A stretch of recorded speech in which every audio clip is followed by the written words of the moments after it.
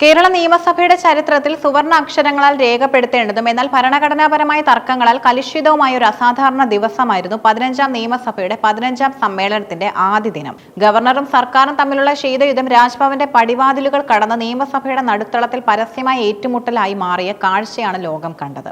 ജനാധിപത്യ സംവിധാനത്തിൽ ഗവർണറും തിരഞ്ഞെടുക്കപ്പെട്ട സർക്കാരും തമ്മിലുള്ള ബന്ധം പരസ്പര പൂരകമാണെന്നാണ് ഭരണഘടന വിഭാവനം ചെയ്യുന്നത്. എന്നാൽ കേരളത്തിൽ ദീർഘകാലമായി നിലനിൽക്കുന്ന ഗവർണർ സർക്കാർ തർക്കം അതിന്റെ ഏറ്റവും ഉയരത്തിൽ എത്തിയത് നയപ്രഖ്യാപന പ്രസംഗത്തിനിടെയാണ്. ഗവർണർ രാജേന്ദ്ര വിശ്വനാഥ് ആർലേക്കർ നയപ്രഖ്യാപന പ്രസംഗത്തിലെ നിർണായകമായ പല ഭാഗങ്ങളും ഒഴിവാക്കി വായിച്ചതും അതിന് പിന്നാലെ മുഖ്യമന്ത്രി പിണറായി വിജയൻ നടത്തിയ ശക്തമായ ഇടപെടലുകളും കേരള രാഷ്ട്രീയത്തിൽ പുതിയൊരു കീഴ്വഴക്കത്തിന് തുടക്കമിട്ടു. ഭരണഘടനയുടെ 176(1) അനുച്ഛേദന പ്രകാരം ഓരോ വർഷത്തെയും ആദ്യ നിയമസഭാ സമ്മേളനത്തെ ഗവർണർ അഭിസംബോധന ചെയ്യേണ്ടതുണ്ട്. സർക്കാരിന്റെ കഴിഞ്ഞ വർഷത്തെ നേട്ടങ്ങളും വരാനിരിക്കുന്ന വർഷത്തെ കർമ്മ പദ്ധതികളും നയങ്ങളുമാണ് ഇതിൽ ഉൾപ്പെടുന്നത്. മന്ത്രിസഭ തയ്യാറാക്കി നൽകുന്ന ഈ പ്രസംഗം അതേപടി വായിക്കുക എന്നത് ഗവർണറുടെ ഭരണഘടനാപരമായ ബാധ്യതയാണ്. കാരണം ഇത് ഗവർണറുടെ വ്യക്തിപരമായ പ്രസംഗമല്ല, മറിച്ച് സർക്കാരിന്റെ നയരേഖയാണ്. സമ്മേളനം ആരംഭിച്ചപ്പോൾ ഗവർണർ പ്രസംഗം തുടങ്ങിയെങ്കിലും വായനയ്ക്കിടെ ചില ഭാഗങ്ങൾ അദ്ദേഹം മനഃപൂർവ്വം ഒഴിവാക്കുന്നത് ശ്രദ്ധയിൽപ്പെട്ടു.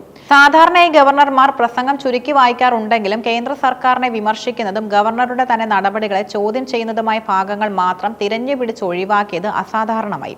പ്രസംഗം പൂർത്തിയാക്കി ഗവർണർ സഭ വിട്ടതിന് പിന്നാലെ മുഖ്യമന്ത്രി പിണറായി വിജയൻ എഴുന്നേറ്റു. ഗവർണർ വായിക്കാതെ വിട്ട ഭാഗങ്ങൾ സഭയിൽ വായിച്ചുകൊണ്ട് അത് സഭാരേഖകളുടെ ഭാഗമാക്കണമെന്ന് മുഖ്യമന്ത്രി ആവശ്യപ്പെട്ടു. മന്ത്രിസഭ അംഗീകരിച്ച നയപ്രഖ്യാപനം തന്നെയാണ് ആധികാരികമെന്നും അദ്ദേഹം സ്പീക്കറോട് വ്യക്തമാക്കി. ഗവർണർ ഒഴിവാക്കിയ ഭാഗങ്ങൾ പരിശോധിക്കുമ്പോൾ അവയെല്ലാം കേന്ദ്ര സർക്കാരിന്റെ നിലപാടുകളെയും ഗവർണറുടെ തന്നെ ഭരണഘടനാപരമായ അധികാര വിനിയോഗത്തെയും സംശയിക്കുന്നതായിരുന്നുവെന്നും കാണാം. കേന്ദ്ര സർക്കാരിന്റെ തുടർച്ചയായ പ്രതികൂല നടപടികൾ കാരണം കേരളം കടുത്ത സാമ്പത്തിക ഞെരുക്കം നേരിടുന്നു എന്ന വാചകം ഗവർണർ വായിച്ചില്ല. ധനകാര്യ ഫെഡറലിസത്തെ കേന്ദ്രം തകർക്കുന്നുവെന്ന സർക്കാരിന്റെ ആരോപണം സഭയിൽ കേൾപ്പിക്കാൻ ഗവർണർ വിസമ്മതിച്ചു. നിയമസഭ പാസാക്കിയ ബില്ലുകൾ ഗവർണർ ദീർഘകാലം ഒപ്പിടാതെ പിടിച്ചുവെക്കുന്നതിനെക്കുറിച്ചുള്ള പരാമർശമായിരുന്നു ഇത്. ഇതിനെതിരെ സർക്കാർ സുപ്രീം കോടതിയെ സമീപിച്ചതും കേസ് ഭരണഘടനാ ബെഞ്ചിന് വിട്ടതും ഗവർണർ ഒഴിവാക്കി. തന്റെ തന്നെ നടപടിയെ വിമർശിക്കുന്ന ഭാഗം വായിക്കാൻ അദ്ദേഹം തയ്യാറായില്ല. നികുതി വിഹിതം സംസ്ഥാനങ്ങളുടെ അവകാശമാണെന്നും അത് കേന്ദ്രത്തിന്റെ ഔദാര്യമല്ലെന്ന് പറയുന്ന ഭാഗത്ത് ഗവർണർ ഒരു തിരുത്തൽ വരുത്തി. സർക്കാരിന്റെ നയമായി പറയുന്നതിന് പകരം എന്റെ സർക്കാർ കരുതുന്നു എന്ന് അദ്ദേഹം കൂട്ടി വായിച്ചു. കേന്ദ്ര വിമർശനങ്ങൾ ഒഴിവാക്കിയെങ്കിലും കേരള സർക്കാർ കഴിഞ്ഞ 10 വർഷത്തിനിടെ കൈവരിച്ച നേട്ടങ്ങൾ ഗവർണർ പ്രസംഗത്തിൽ എടുത്തു പറഞ്ഞു. ഇത് രാഷ്ട്രീയ നിരീക്ഷകരെ സംബന്ധിച്ചിടത്തോളം കൗതുകകരമായിരുന്നു.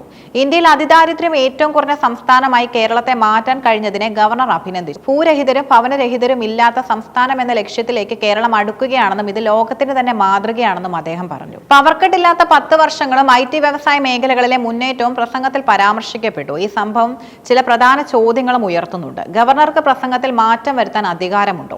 ഭരണഘടന പ്രകാരം ഗവർണർ മന്ത്രിസഭയുടെ ഉപദേശത്തിനനുസരിച്ചാണ് പ്രവർത്തിക്കേണ്ടത്. പ്രസംഗത്തിലെ ഉള്ളടക്കത്തിൽ മാറ്റം വരുത്താൻ ഗവർണർക്ക് അധികാരമില്ല. എന്നാൽ വായിക്കാതെ വിടുന്നത് വഴി പ്രസംഗം സഭാരേഖകളിൽ നിന്ന് ഒഴിവാക്കില്ല എന്നതാണ് വാസ്തവം. സ്പീക്കറുടെ അനുമതിയോടെ സർക്കാർ നൽകിയ പൂർണ്ണരൂപം തന്നെയായിരിക്കും ആധികാരികമായ രേഖ. മുഖ്യമന്ത്രിയുടെ നടപടി ശരിയാണോ? ഗവർണർ വായിക്കാത്ത ഭാഗങ്ങൾ മുഖ്യമന്ത്രി വായിച്ചത് സഭയിൽ ഒരു പ്രത്യേക നീക്കമായി വിലയിരുത്തപ്പെടുന്നുണ്ട്. സർക്കാരിന്റെ നയം സഭയെ അറിയിക്കുക എന്നത് മുഖ്യമന്ത്രിയുടെ കടമയായതിനാൽ ഗവർണർ വിട്ടുകളഞ്ഞ ഭാഗങ്ങൾ അദ്ദേഹം സഭയുടെ ശ്രദ്ധയിൽപ്പെടുത്തി.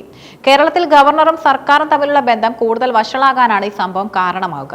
കേന്ദ്ര സംസ്ഥാന ബന്ധങ്ങളിൽ ഈ സംഭവം പുതിയൊരു കീഴ്വഴക്കം സൃഷ്ടിച്ചിരിക്കുന്നു. ബില്ലുകൾ ഒപ്പിടാത്ത വിഷയത്തിൽ സുപ്രീം കോടതിയിൽ നിലനിൽക്കുന്ന കേസുകളിൽ ഈ സംഭവം കൂടി പരാമർശിക്കപ്പെടാൻ സാധ്യതയുണ്ട്.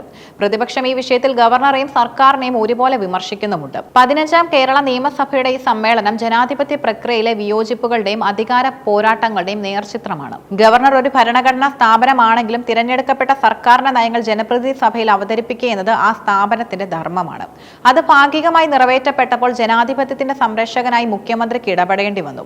വരും ദിവസങ്ങളിൽ ഈ വിഷയത്തിന്മേലുള്ള ചർച്ചകൾ നിയമസഭയെ കൂടുതൽ ചൂട് പിടിപ്പിക്കുമെന്നതും ഉറപ്പാണ്. കേരളത്തിന്റെ വികസന നേട്ടങ്ങളെ ഗവർണർ അംഗീകരിച്ചതും എന്നാൽ കേന്ദ്രവുമായുള്ള തർക്കങ്ങളിൽ സർക്കാരിനൊപ്പം നിൽക്കാൻ വിസമ്മതിച്ചതും ഒരേ സമയം വൈരുദ്ധ്യാത്മകമാണ്.